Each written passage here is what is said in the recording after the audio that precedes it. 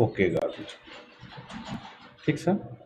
यदि यसको ब्याकग्राउन्डमा लोगो चाहियो भने लोगोको लागि हामीले यही वाटरमार्क अप्सनमै यहाँनिर कस्टममा गइसकेपछि यहाँ देखाएको हुन्छ पिक्चर वाटरमार्क।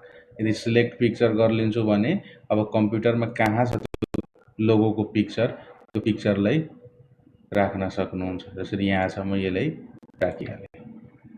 अब ओके गरिदिन्छु भने यहाँ ब्याकग्राउन्डमा देखाउन थाल्छ। देखाइरहेछ।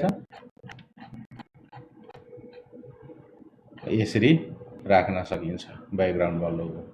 अब यो नर्मल पेज सानो गरेर पनि हेर्न सक्नुहुन्छ। 100% गरिदिन्छु म।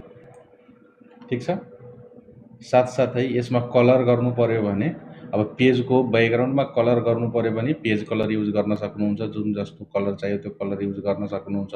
अथवा बोर्डर लगाउनु पर्यो भने बोर्डर पनि लगाउन सक्नुहुन्छ। यहाँबाट जस्तो टाइपको बोर्डर चाहियो त्यस्तो टाइपको बोर्डर युज गर्न सक्नुहुन्छ।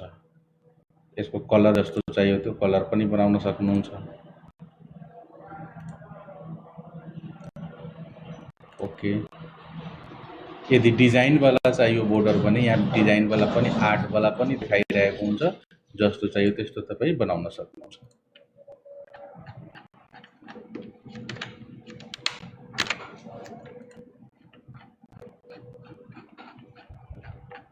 धन्यवाद।